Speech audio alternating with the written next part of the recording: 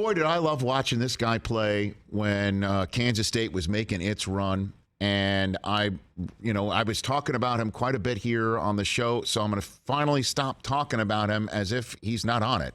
And the it being the Rich Eisen Show. We're thrilled to have here from Kansas State to help us chop up what we've seen in the men's tournament and also what's going on in the rest of the world of college basketball. Kansas State's Markquis Nowell here on the Rich Eisen Show. How you doing, Markquis? I'm doing good, man. Thank you for having me on your show, man. I appreciate all the love and support that you've been giving me. Well, I just love watching you play. I just love watching the joy that you play the game with, and just love watching you do your thing. Who was your I guess idol growing up? Who did you want to quote unquote be like when you were a kid, Markquis? I had a couple idols and role models.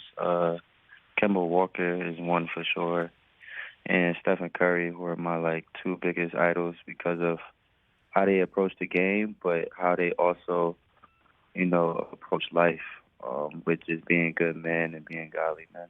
So, have you heard from Curry at all, whether on Twitter at you or behind the scenes, based on your remarkable run over the last couple weeks, Markquis? No, I haven't heard from Curry yet, but I signed with his agency with Octagon, so I'm pretty sure I'll see him around, and I'll be good friends with Curry. I look forward to seeing that blossom. Let me just, before we dive into a bunch of other things, the alley-oop that you threw in against Michigan State in Madison Square Garden. Yeah. And just everything about it. I mean, you not only had court awareness, you had coach awareness, and you had Isaiah Thomas awareness, which is pretty wild. Can you walk me through you're dribbling the ball up the floor and what happened at that moment, Markquis? So you got to stop, and McKean Cleves was rooting for Michigan State, the whole game. Mm-hmm. And I just kept hearing him. And I'm like, man, he's got to be quiet, man. Because he was so close. He was so loud. So I was just jawing with them, having fun. Just telling them, man, Michigan State's not going to win. So on that play, I took the ball out of bounds. That's how I did Thomas to watch this. 1 second, Markquis. I think you got your phone in your beard. So hold on a second. You're saying, you're barking with Isaiah Thomas and Mateen Cleaves and they with you throughout the game? Is that what you're saying to me? Yeah, I was having fun, man. I was just in my playground in New York City. Yep. I mean, that's how we talk and play, in the parks. So, I mean, it was no different being in Madison Square Garden. But, yeah, I was having fun. So I walked the ball up the court. And, I mean, that's for y'all to figure out. I can't tell y'all whether that was a set play or if I was arguing, because then the other team don't know. Oh, okay. But you're out, though. You're out. You're signed with Octagon. You're going pro. You're going to throw yourself in the pro mix. So okay. So, because we were wondering that. It looked like you were arguing. To me. Some people said I was arguing. Some people said I was acting. I mean, I'm not sure what I was doing in that moment. Might have been doing a little bit of both. Rich, he was being a New York City point guard. I like it. Awesome. I like it. So Harlem World. So you're basically saying a magician can't reveal his tricks. Is what you're saying, Markquis. Yeah, something like that. And then because it struck me that you threw that alley-oop in the midst of your quote unquote argument or sleight of hand. Markquis. Yeah, I mean, Keontae's an amazing athlete. I mean, you could throw it up anywhere around the rim, and he's going to catch it and finish it. I mean, we've been doing that, the whole season. And our chemistry is, second to none. It's great. And, I trusted in him, and he trusted in me, and the rest is history. The rest is history. What was it like for you to play those games in Madison Square Garden from Harlem growing up there? It was fun. It was so fun. I mean, it was a dream come true. It was everything that, I could ever imagine and more, just with the energy and intensity of the Garden. I mean, you had celebrities popping out like Spike Lee, Carmelo, Jadakiss, Cameron. I mean, they was all there to see me, and it was just like, it was like a game in Rucker Park where, you have two dynamic people playing against each other. I mean, it was surreal. And so now, I guess, what's next for you? What's next for you, man? I'll be entering the NBA draft, and I'll be going through that whole process with working out with teams and, doing interviews in front of scouts.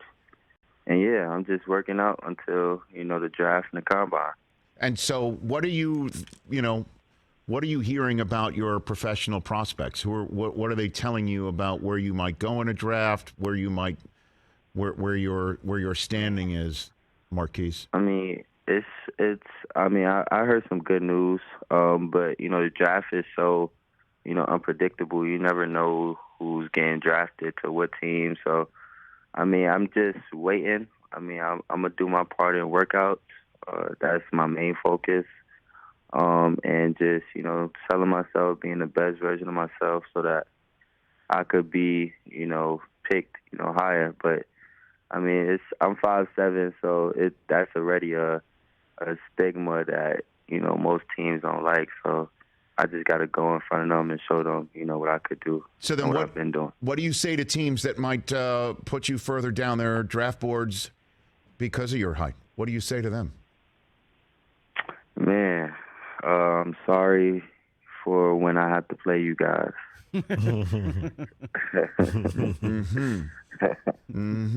Okay. Because, keep filling in the blank. Because what when you see them? All I need is that one opportunity, that one team to believe in me. I mean, I know every team is not going to believe in, Markquis. But that one team that does, I'm going to give my heart, soul, and everything inside of me to that organization, to that coach.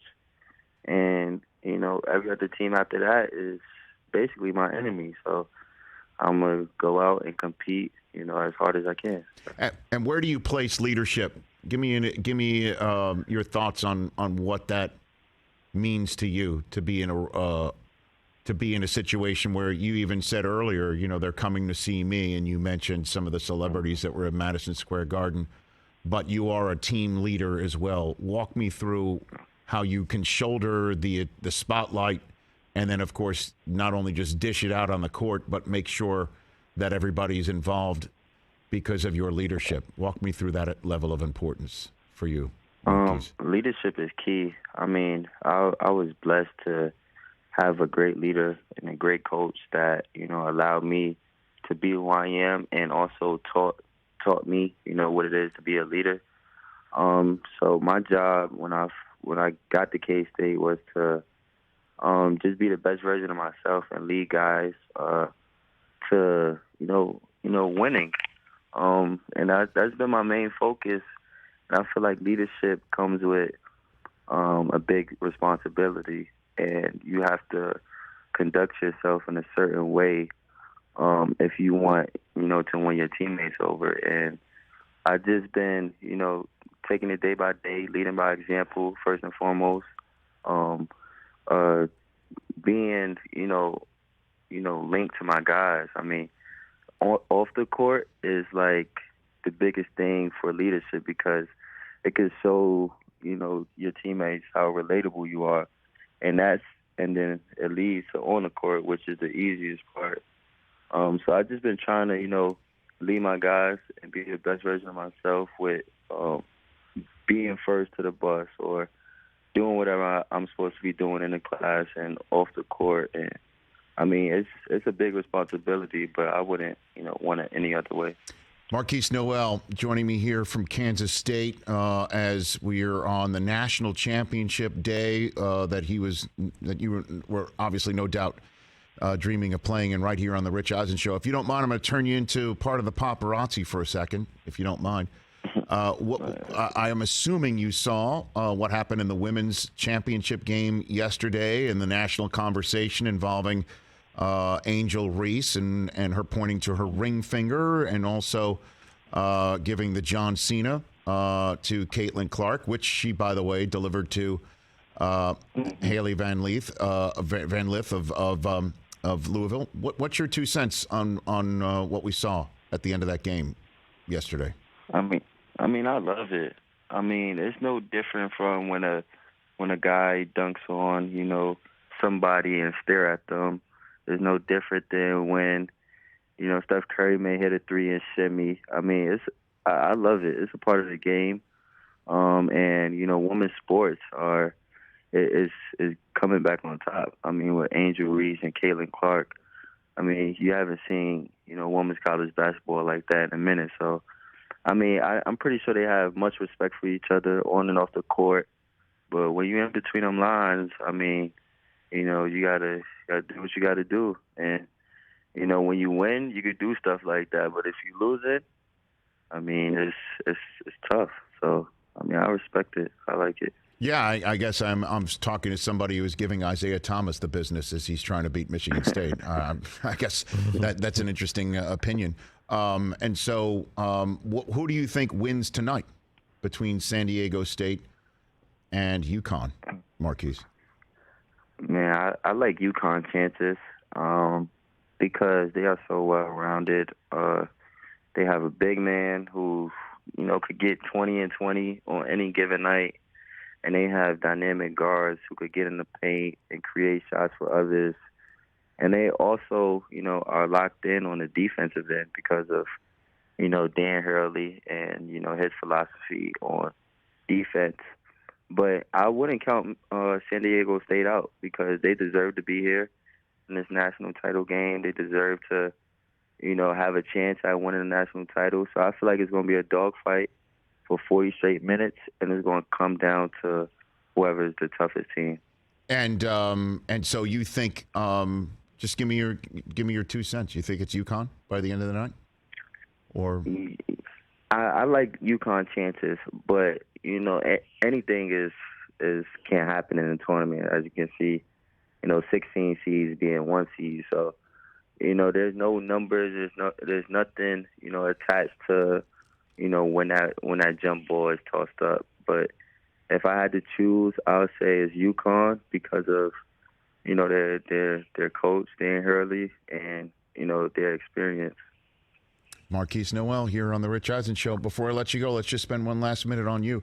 If I went up to you, when you're growing up in Harlem, and told you were going to make your big splash playing college basketball in Manhattan, did you know that there was a town in Kansas called Manhattan at that point in time, Markquis? I had no clue what Manhattan, Kansas was prior to committing. So.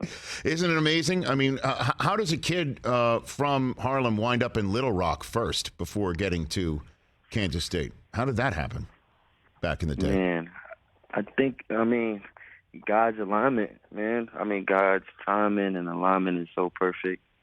I continue to keep giving him all the honor and all the glory because who would have ever thought a kid from Harlem, New York, Manhattan, New York, go to a school in Kansas called Manhattan, Kansas, and, his last game would be in Madison Square Garden. That's something that, you can't write up. That's only God. So do you have that back page of the New York Post, the King of New York? Is that somebody send that to you? Somebody send that to you? Yes, I do have it. That was probably one of the best moments of my life. Just seeing everybody grab the newspaper and just sending it to me and sharing it with me. That was a crazy moment. You have somebody in your family go to the local newsstand and just buy up the whole stack? Do you have that? Yeah, for sure. I bet. I absolutely. So look, I look forward to watching your journey. I love watching you play. Love watching you dish. Love watching you shoot. Where did you learn where did the behind the back before each free throw come from? Where did that happen? What's that from? So it's a funny story. So there was a game that I played when I was about, 7th grade. Mm-hmm. and I kept trying to spin the ball, you know how everybody does on the free throw line, and I kept missing. And so my dad took me right after the game to Kingdom Park. Mm-hmm. He like, man, you're going to work on your free throws. You're going to stop missing free throws. And it was about 100 degrees outside. I mean, it was hot. I had no water. And he like, man, you're going to make 100 free throws before you leave. And I just kept missing when I was doing the same routine. So I'm like, you know what? I'm going to switch it up. So I put it behind my back, and the ball started going in. And he was like, that's it right there. Don't switch it. Put it behind your back. And I'm like, man, all right, cool. So I made my 100. I was crying in the midst of all of it because it was so hot. But, you know, it paid off. That's why you shoot 90% from the free throw line, huh? Yeah, I mean, shout out to my dad, you know, for that. What's his name, your dad? Marcus. Okay, Markquis Nowell and Markquis Nowell out there in 100-degree heat, making sure that you're shooting your free throws like that, and that's how you do it today. Love stories like that. Love watching you. Good luck, and look for more of my phone calls as you go about your journey. I'd love to follow it. I'd love it. Okay, man. Appreciate you, man. Thank you for having me up here. Absolutely. Thanks for taking the time here on National Championship Day to share all those stories. You be well, sir. Yes, sir. You too. You got just a guy from Staten Island, a guy from Harlem, chatting it up right here on the Rich Eisen Show. Oh, man, that was awesome. Catch the Rich Eisen Show every single day on the Roku channel, 12 to 3 Eastern, for free.